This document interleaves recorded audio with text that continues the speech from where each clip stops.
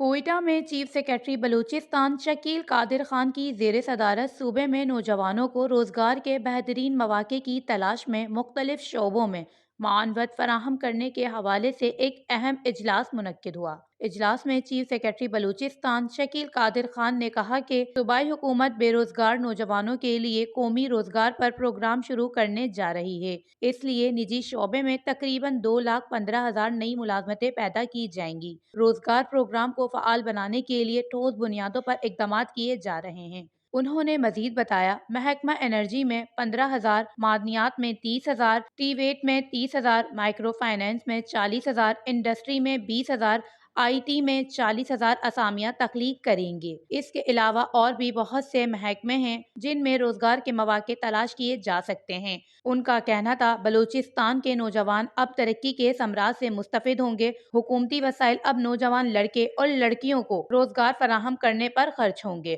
حکومت اور وزیر اعلیٰ کا عزم ہے کہ نوکریاں نہیں بکیں گی۔ سرکاری نوکریاں میرٹ پر اور کاروبار کے لیے خطیر رقومات مختص کی جائیں گی۔ ہنر، مالی وسائل، تجربے کار لوگوں کی معاونت اور حکومت کی سرپرستی اب ہر نوجوانوں کو میسر ہوگی۔ چیف سیکرٹری کا مزید کہنا تھا کہ نوجوانوں کو ہنر مند بنانا، کسی ملازمت کے بغیر اپنی روزی آپ کمانے کے قابل بنانا بھی بے روزگاری کے چیلنجز سے نپٹنے کا ایک مؤثر ترین ذریعہ ہے۔ اس لیے صوبے کے نوجوانوں کو روزگار کے مواقع فراہم کیے جائیں گے، جس سے ان کی معیار زندگی نہ صرف بہتر ہوگی بلکہ معیشت پر بھی کافی مثبت اثرات مرتب ہوں گے۔ وش نیوز، کوئٹہ، بلوچستان۔